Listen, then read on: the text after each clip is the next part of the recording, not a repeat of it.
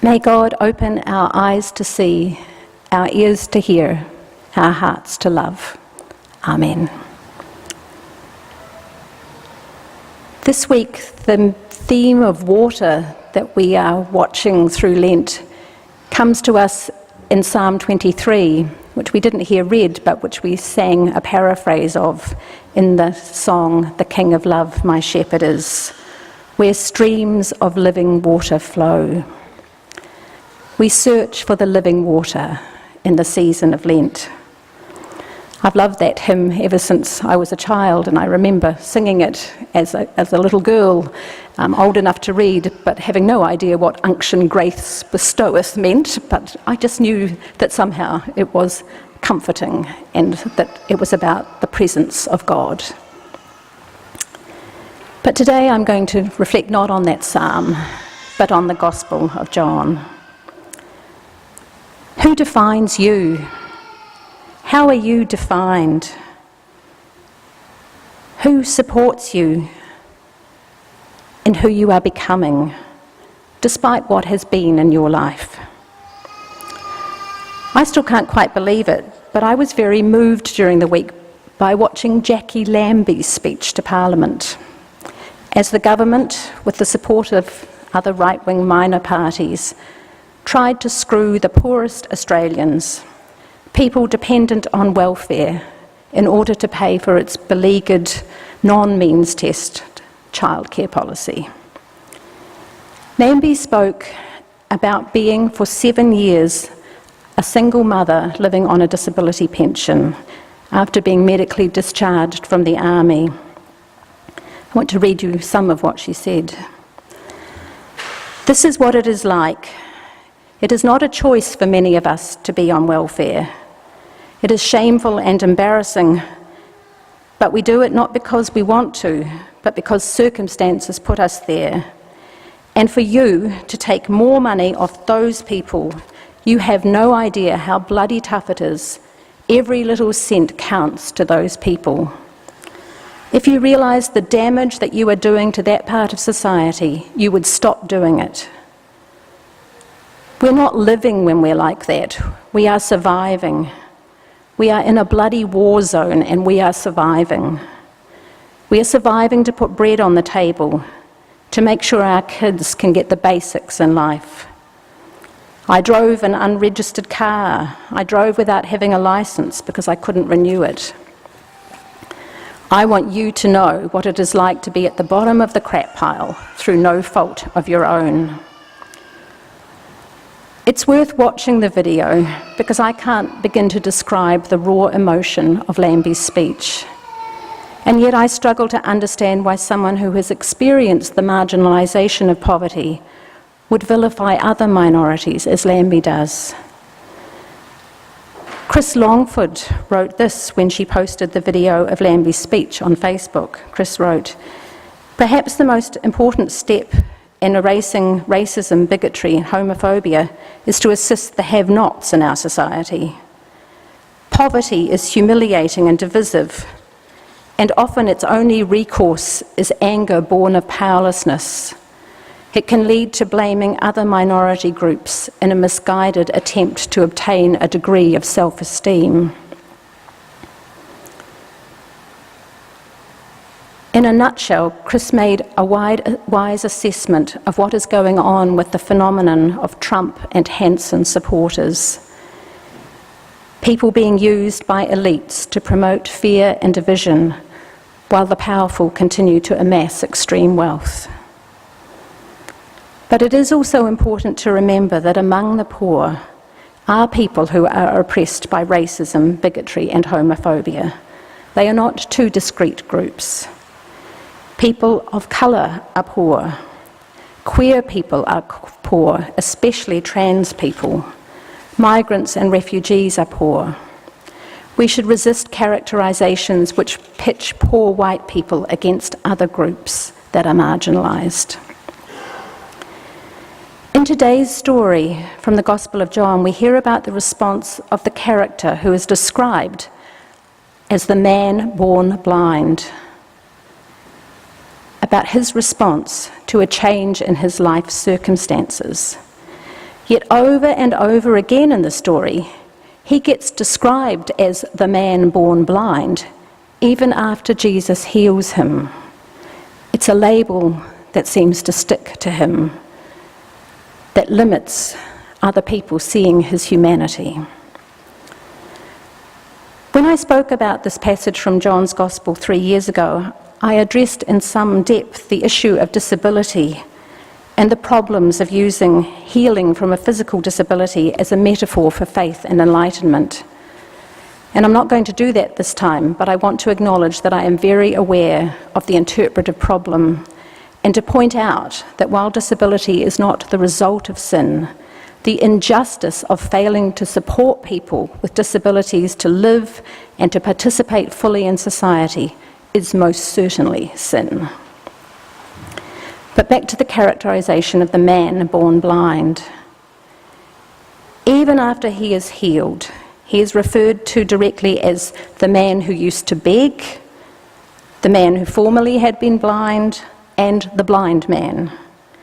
His life had been transformed, and yet for the religious authorities and the crowd and even his parents, it seems he will always be the person with a disability, the person depending on the kindness of others.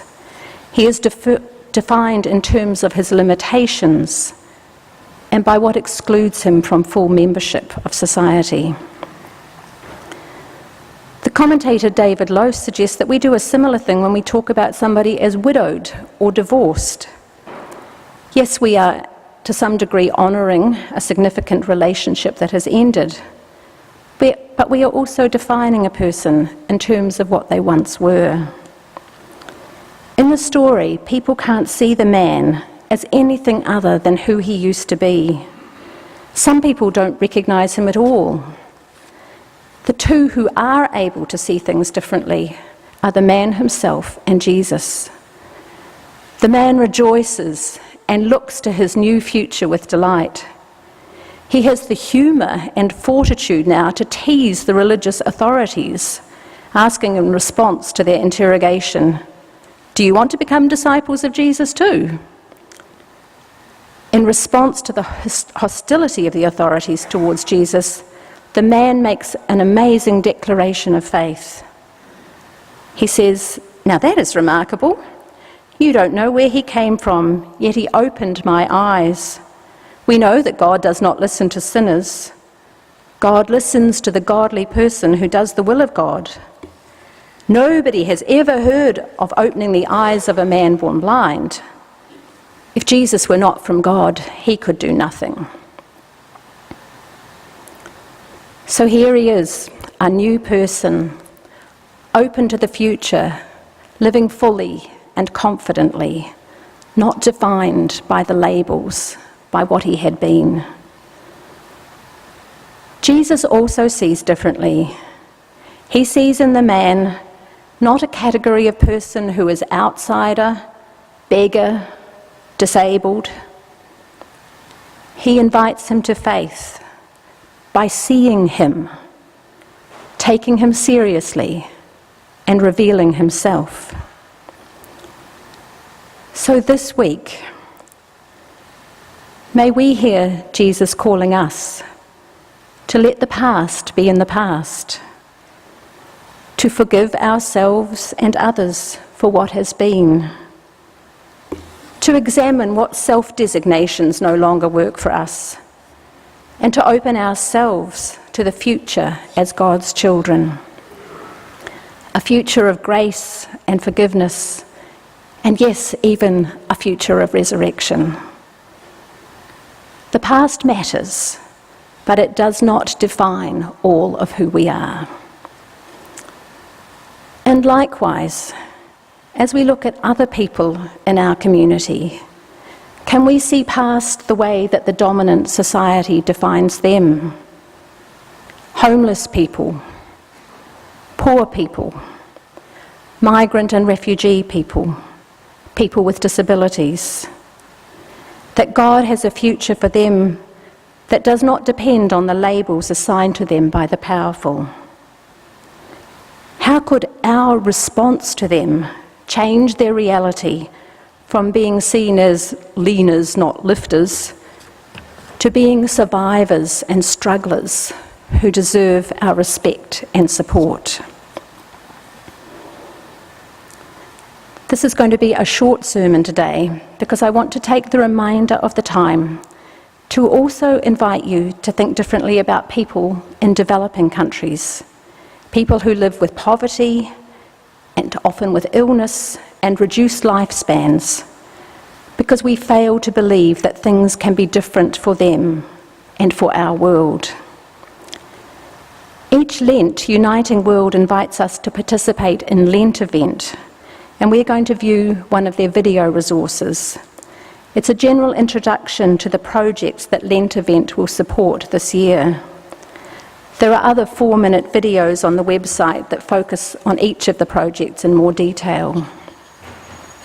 But this one, as you notice the overview, notice where streams of living water are indeed part of the vision.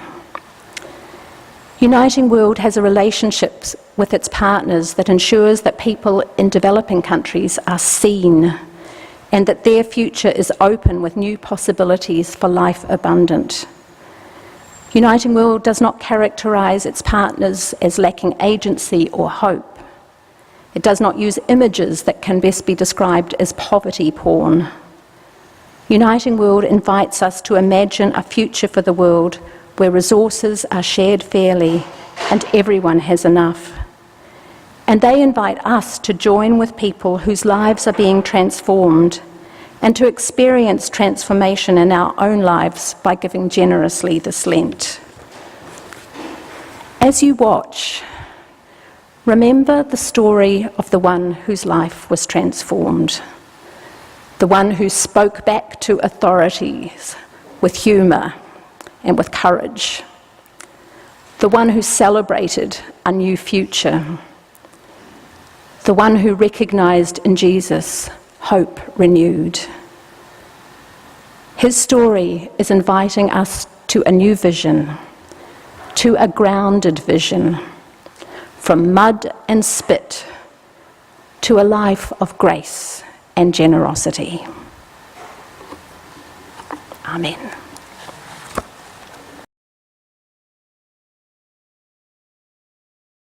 This is a place of quiet, a place to pause, reflect, and find God. It echoes Jesus' time in the wilderness as he gathered strength to face everything that lay ahead of him. Yet often when I really stop and take time for silence, it's the pain of the world that shouts the loudest. And as the nightly news fills up with angry protesters, children caught up in war, arguing politicians, it's easy to wonder, is change even possible? Can I really make a difference? And how?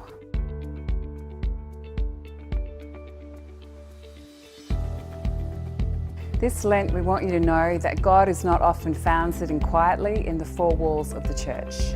God is alive and at work in the world, bringing peace, creating justice, bringing hope and new life through the people who little by little are building the kingdom.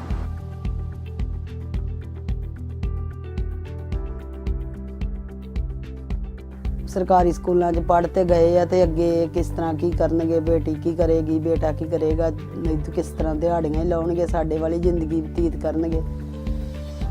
They don't have good schools for education, they don't have good health facilities, so their life is full of struggle.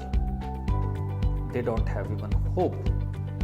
ਮੈਨੂੰ project ਵਿੱਚ ਜਿਹੜਾ ਸਾਡੇ ਪਿੰਡ 'ਚ project ਆ ਗਿਆ, project ਤੋਂ ਬਾਅਦ ਫਿਰ ਮੈਨੂੰ ਪ੍ਰੋਜੈਕਟ 'ਚ ਕੰਮ ਜਿਹੜਾ ਉਹ ਮਿਲ ਗਿਆ.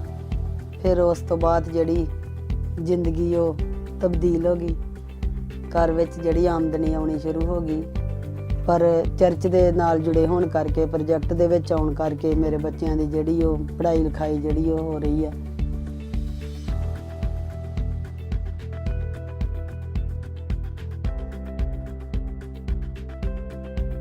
The church was looted, a lot of property was taken, the buildings was burned down. Is it unbelievable? Pastors who have no guns, killing them because he's from that tribe. People have to work it out now, how people can come back, how we can think of rebuilding that country anymore. how reconciling how people can forgive themselves.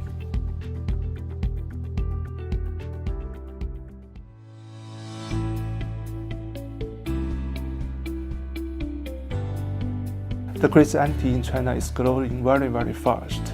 According to some statistics, we say that every day we have about 400 newly church. So there is a great need for the trained pastors who have the theological education. I was given this opportunity to be educated in Melbourne to study theology in Australia. I think this program is very, very important for Chinese church.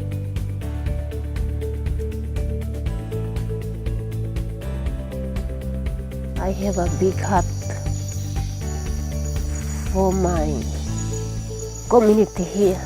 The children must not get sick. We must stay healthy and protect ourselves. They taught me to teach my whole community.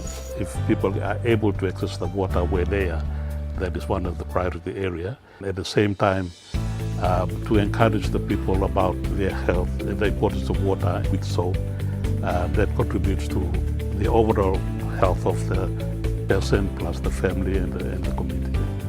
We invite you to walk with us out into the places where God is already at work and join those who are living a new story. So pray for our friends.